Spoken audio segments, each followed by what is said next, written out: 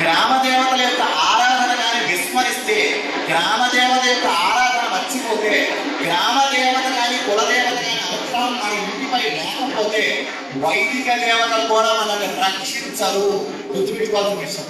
గ్రామ దేవత ఆరాధన మన హైందవ సంస్కృతిలో సనాతన ధర్మంలో అంత గట్టిది. అందరూ నూకాలమ్మ పెట్టిన పేరు గ్రామ దేవతలు. ఈ రోజు మనం ఎన్ని పేర్లు చెప్పినా నూకాలమ్మ పేరు మొట్టమొదటి రావడానికి కారణం ఏంటంటే, సహజంగా గ్రామ దేవత ఎప్పుడు గుళ్ళో స్థిరంగా ఉండదండి.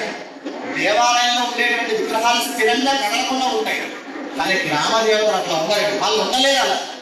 ఎందుకంటే అరే నేను కదలకుండా గ్రామాన్ని రక్షించేవాడు ఎవడు?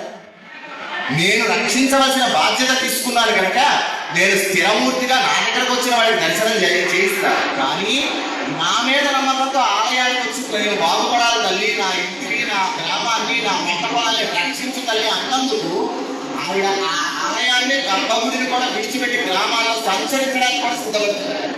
అమ్మ కరుణకి హద్దు లేదు.